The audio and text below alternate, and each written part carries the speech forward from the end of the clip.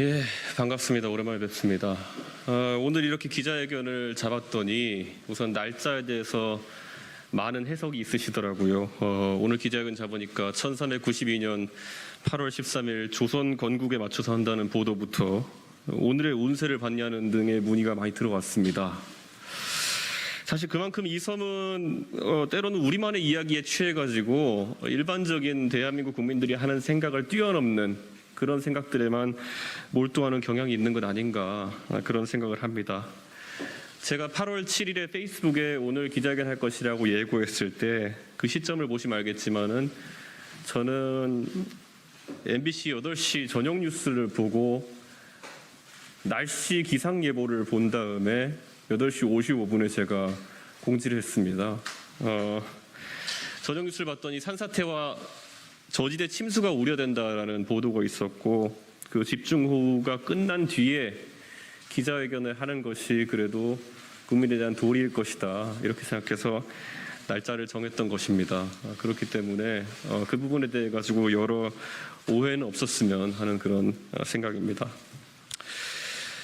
우선 기자회견을 시작하면서 국민들께 그리고 당원들께 사과의 말씀을 드리겠습니다. 큰 선거에서 3번 연속으로 우리 국민의힘을 지지해 주신 국민이 다시 보수의 등을 돌리고, 또 최전선에서 뛰어서 승리에 일조했던 당원들이 이제는 자부심보다는 분노의 뜻을 표출하는 상황을 보면서 저 또한 많은 자책감을 느낍니다. 그래서 이 상황을 해결하기 위해서 저는 지금까지 그래왔던 것처럼 앞으로 할 수 있는 역할을 모두 다 할 생각입니다. 제가 비대위 출범에 대해서 가처분 신청을 하겠다고 하니 갑자기 선당후사하라는 이야기가 많이 나옵니다.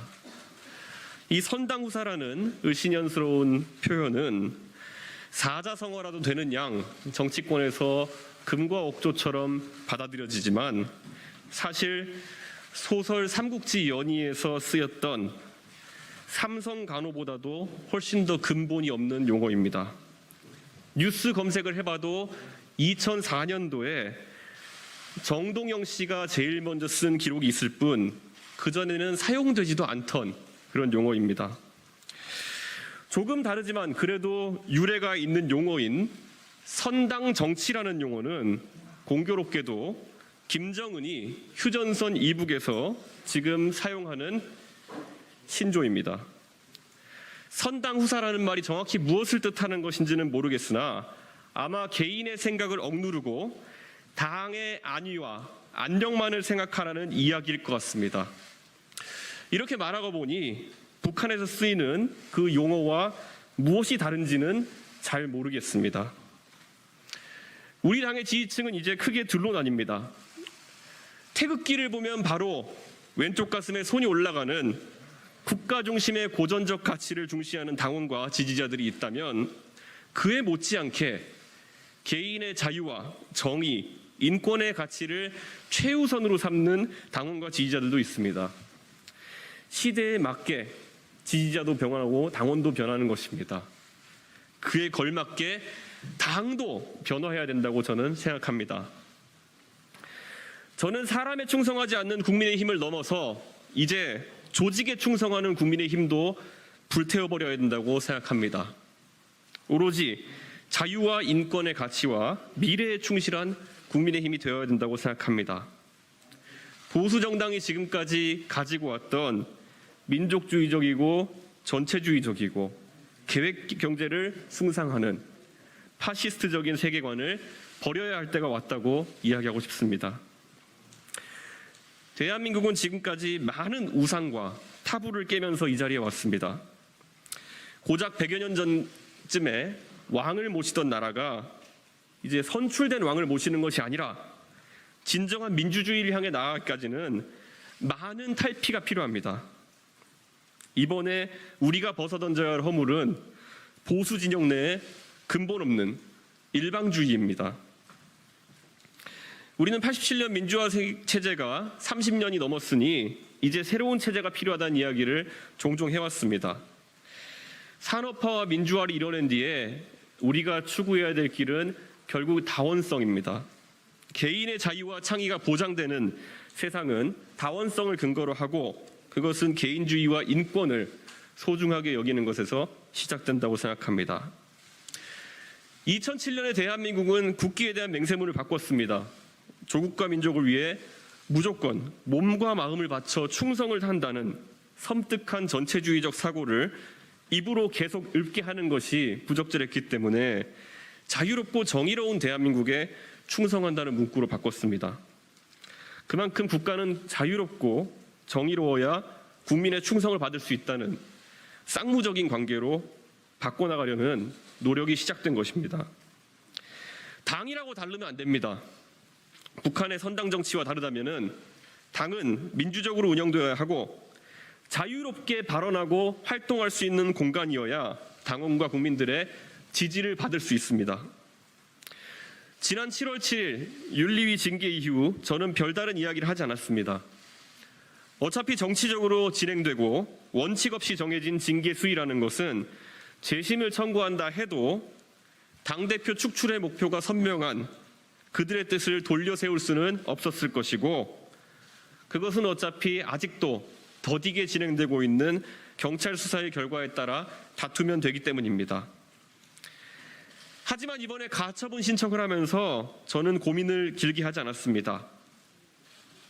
이번 비대위 전환의 의도는 반민주적이었고 모든 과정은 절대반지에 눈이 돌아간 사람들의 의중에 따라 진행되었기 때문입니다. 당이 한 사람을 몰아내기 위해서 몇 달 동안 위인 설법을 통해 당원 당규까지 누더기로 만드는 과정은 전혀 공정하지 않았으며 정치사에 아주 안 좋은 선례를 남기게 되었습니다. 지난 몇 년간 국회에서 민주당이 180석을 가진 절대적 입법권으로 여러 가지 정책을 무리하게 뜯어고치는 시도를 막아내겠다던 당의 모습이 이제는 사람 하나 잡자고 집단 린치에 이어서 당원 당규까지 졸속 개정하는 자기 모순 속에서 희화화되고 있습니다. 이번 비대위 전환을 위해 누더기로 만든 당원 당규와 그 과정은 검수완박을 한다고 모든 무리수를 다 동원하던 민주당의 모습과 데칼코마니가 되어버렸습니다. 비상상황을 주장하면서 당의 지도체제를 무너뜨리겠다는 생각은 그 자체로 황당한 발상입니다. 정당에 대한 평가는 주기적으로 진행되는 여론조사에서 파악됩니다. 민심은 떠나고 있습니다. 대통령께서 원내대표에게 보낸 어떤 메시지가 국민의 손가락질을 받는다면 그것은 당의 위기가 아니라 대통령의 지도력의 위기입니다. 문제되는 메시지를 대통령께서 보내시고 원내대표의 부주의로 그 메시지가 노출되었는데 그들이 내린 결론은 당대표를 쫓아내는 일사불란한 절차를 진행하는 것이라면 전혀 공정하지도 논리적이지도 정의롭지도 않은 판단입니다. 물론 가장 놀라운 것은 그 메시지에서 대통령과 원내대표라는 권력자들이 그들 사이에서 씹어돌렸던 그 씹어돌림의 대상이 되었던 저에게 어떤 사람도 그 상황에 대한 해명이나 사과를 하지 않았던 것입니다. 이것은 인간적인 비극입니다. 그리고 문자 내용은 당이 잘 돌아간다면서 치하하는 내용과 더 열심히 노력하겠다는 원내대표의 다짐이었습니다. 그럼에도 불구하고 대통령실에서 비대위 전환 의견을 당 지도부에 전달했다는 한 언론사의 보도와 함께 그 다음 날부터 갑자기 당내에서 비상 상황을 만들기 위해 동분서주했습니다. 우리 현대사에서 없는 비상사태를 만들기 위해 상당한 아픔들이 있었습니다. 자신들의 권력을 지키기 위해 군인들이 계엄을 확대하고 자신들과 뜻이 다른 정치 지도자들에게 사법적 살인을 하고 급기야는 총구를 국민에게까지 겨누는 아픔이 모두 의도된 비상사태 선언에서 나왔습니다. 일련의 상황을 보면서 제가 뱉어냈던 양두구육이라는 탄식은 사실은 저에 대한 자책감 섞인 질책이었습니다. 돌이켜보면은 양의 머리를 흔들면서 개고기를 가장 열심히 팔았고 가장 잘 팔았던 사람은 바로 저였습니다. 선거 과정 중에서 그 자괴감에 몇 번이나 뿌리치고 연을 끊고 싶었던 적도 있습니다. 대통령 선거와 지방선거를 겪는 과정에서 어디선가 여럿이 모인 자리에서 누차 그들이 저를 그 새끼라고 부른다는 표현을 전해 들으면서 그래도 선거 승리를 위해서는 내가 참아야지 라고 참을 인자를 새기면서 발이 부르트도록 뛰어다니고 목이 쉬었던 그런 기억이 떠오릅니다. 저에게 선당후사를 이야기하는 분들은 매우 가혹한 겁니다. 선당후사란 대통령 선거 과정 내내 한쪽으로는 저에 대해서 이 새끼 저 새끼 하는 사람을 대통령 만들기 위해서 당대표로서 열심히 뛰어야 했던 제 쓰린 마음이 그들이 입으로 말하는 선당후사보다 훨씬 아린 선당후사였습니다. 내부 총질이라는 표현을 봤을 때 그 표현 자체에서는 저는 어떤 상처도 받지 않았습니다. 그저 올 것이 왔다는 생각과 함께 양의 머리를 걸고 진짜 무엇을 팔고 있었는지에 대한 깊은 자괴감이 다시 한번 찾아왔습니다. 하지만 저와 같은 꿈을 꾸는 사람들을 생각하며 참을 인자를 새기면서 웃고 또 웃었습니다. 사상 처음 정당이라는 것에 가입했다면서 다시는 보수정당이 이미 썩어 문드러지고 형해화된 반공 이데올로기가 아닌 그들이 원하는 정치 과제를 다뤄달라면서 당원 가입 캡처 화면을 보내온 그 수많은 젊은 세대들에게 마약 같은 행복함에 잠시 빠졌고 전라도에서 보수정당에 대한 기대를 가지고 민원을 가져오는 도서벽지 주민들의 절박한 표정을 보면서 진통제를 맞은 듯 새벽 기차를 타고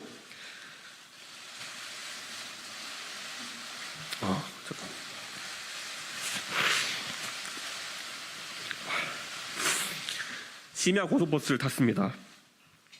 민주당 인사들은 연이은 선거에서 세대포 이론과 서진정책에 두려움을 느꼈다고 이야기합니다. 보수가 처음으로 지키기보다는 영역 확장에 나섰던 순간이기 때문입니다.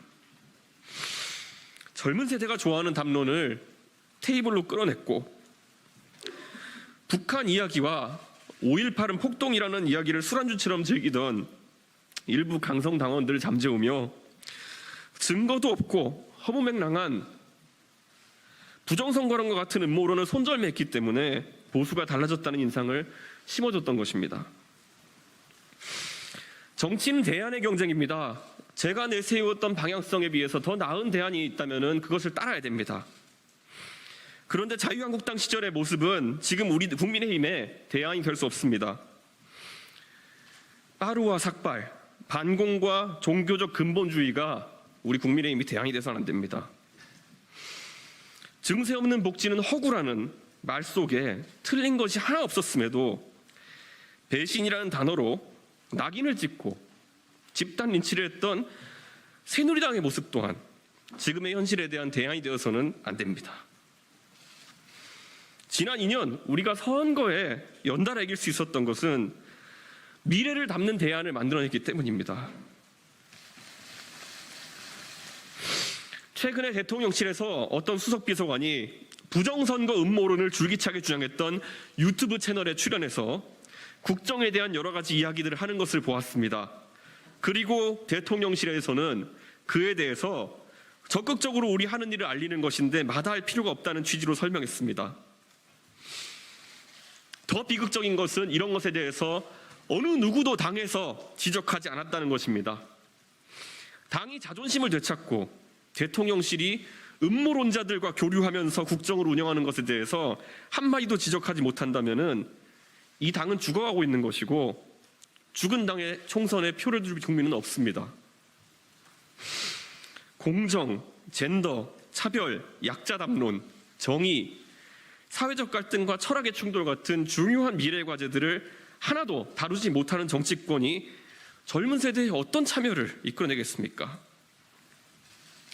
사회의 모든 철학적 고민을 돈을 주느냐 마느냐로 치환해버린 진보의 현금복지 담론이 지속 가능하지 않았던 것처럼 애초에 보수 정당은 지금 사라져야 했던 북풍을 오히려 과제로 내세우는 상황에 이르렀습니다. 60년째 북풍의 나발을 불면서 선거에 이겼다고 착각했던 집단은 아마 지난 3번의 선거 승리를 복귀하면서 여가부 폐지 정도의 나발만 불면은 젊은 세대가 그들을 향해 다시 지지를 보낼 것이라는 착각에 똑같은 실수를 반복할 겁니다. 최근 여당과 정부에 대한 젊은 세대의 기대치가 급전직하한 것은 여가부를 폐지하지 않아서가 아닙니다. 아젠다를 발굴하고 공론화하는 능력을 상실했기 때문입니다. 우리도 이제 정치권에서 서구의 어느 나라처럼 정치적 올바름이나 사회적 아젠다를 논의할 수 있는 봄이 왔다는 생각이 춘몽이 되어서는 안 됩니다. 저를 몰아세우고 그 자리에 북풍을 일으켜 세우던 그런 과정이 순탄하지 않았던 이유는 자당의 당대표에게는 선당우사와 같은 전체주의적이고 포갑적인 처우를 하면서 북송된 어민과 같이 안타깝게 돌아가신 우리 전 해수부 공무원의 인권에 관심 있는 척하는 모순되면서도 자기적이었던 그런 모습 때문이었을 겁니다. 한편으로는 최근에 통일부에서 북한 방송 개방을 염두에 둔 업무 보고를 했다고 합니다. 공교롭게도 대통령실의 발표에 따르면 대통령은 저를 만나시지 않았지만은 저는 대통령께 북한 방송 개방에 대한 진언을 독대해서 한 바가 있습니다. 그리고 이 계획은 대통령의 취임사에서 누차 언급되었던 자유라는 가치에 대한 체계화된 정책들을 시리즈로 내놓자는 제 제안이었습니다. 먼저 국민이 어떤 인터넷 사이트에 접속하는지 들여다보고 통제하는 HTTPS 차단을 없애자고 이야기했습니다. 그리고 그 다음 단계로 국민이 메신저로 어떤 내용을 주고받는지 들여다보고 차단하고 색출하는 메신저 검열을 없애자고 했습니다. 그리고 보수 정권이기 때문에만 할 수 있는 북한의 민낯을 노출하는 북한 방송 개방까지 추진해서 저들에게 우리 문화의 개방을 끝없이 요구하고 무엇보다 북한 정권이 스스로 폐쇄성과 문화 콘텐츠의 상대적 저열함을 부끄러워하도록 하자는 취지로 이야기했습니다. 앞부분의 내용은 다 어디로 가고 두서없이 북한 방송 개방에 대한 얘기만 단편적으로 흘러나오는 것, 이것이 지금 서사와 철학이 빠진 영혼 없는 당정의 모습입니다. 젊은 세대가 논쟁하고 싶어 할 과감하고도 전격적인 행보들은 시기를 놓쳤고 그 기대가 살아나지 않으면 젊은 세대는 이 정부를 본인들의 정부로 생각하지 않을 겁니다. 400년 전 자신이라면 부산을 공격할 수 있다고 외치던 400년 전이군요. 400년 전 자신이라면 부산을 공격할 수 있다고 외치던 무능한 장수가 칠천량에서 무적함대를 모두 수장시켰던 것처럼 지난 2년 동안 쌓아 올린 당의 승리 방정식이 송두리째 무너져 가는 것을 보면 마음이 송곳으로 찌른 듯이 아픕니다. 결국 이 정권이 위기인 것은 윤핵관이 바라는 것과 대통령이 바라는 것, 그리고 많은 당원과 국민들이 바라는 것이 전혀 일치하지 않기 때문입니다. 소위 윤핵관이라는 사람들이 모두 우리 당의 우세 지역구에서 당선된 사람들이라는 것은 결코 우연이 아닙니다. 경상도나 강원도, 강남 3구 등에서 공천만 받으면 당선될 수 있는 지역구에 출마하는 이들은 윤석열 정부의 성공을 통해서 딱히 더 얻을 것이 없는 사람들입니다.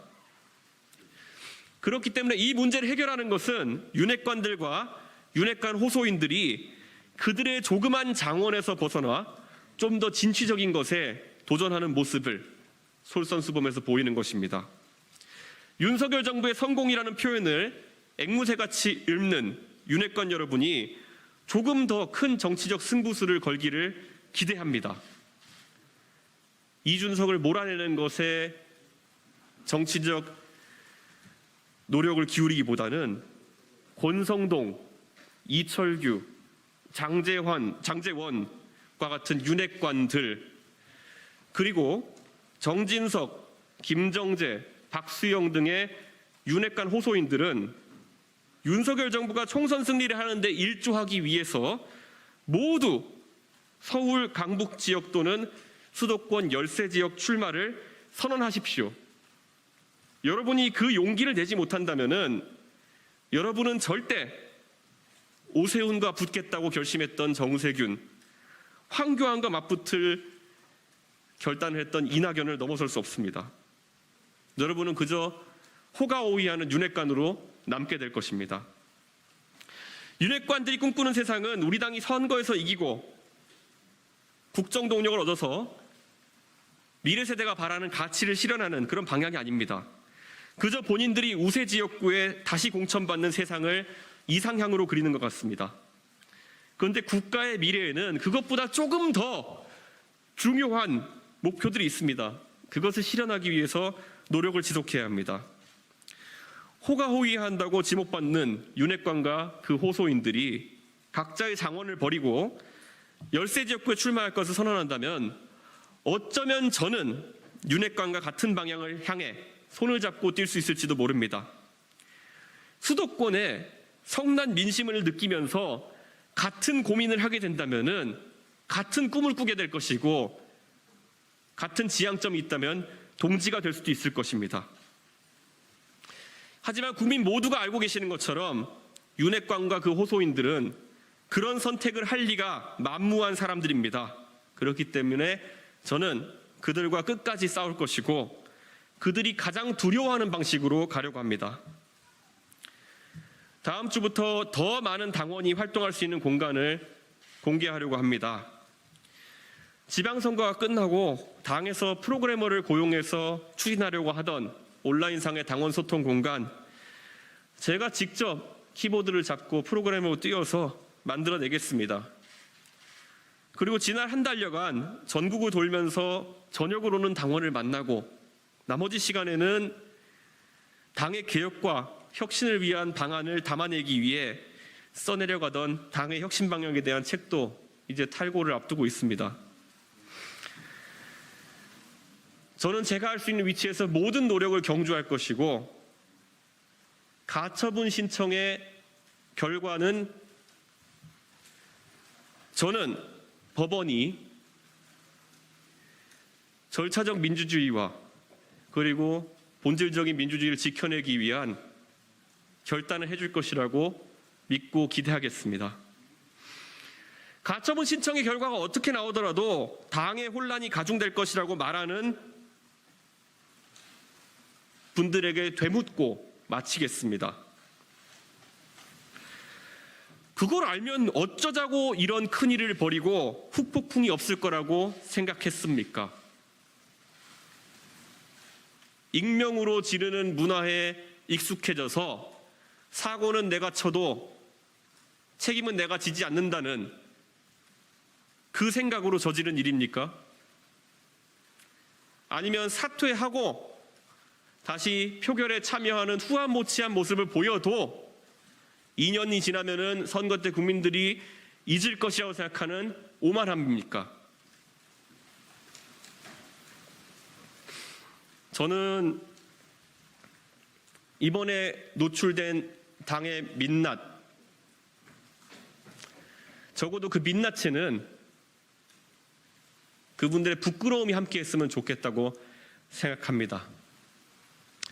다시 한번 우리 당의 혼란스러운 상황으로 우리 국민들과 당원들께 많은 심려를 끼쳐드린 것에 대해서 책임 있는 사람으로서 진심을 다해 사과드리겠습니다. 감사합니다.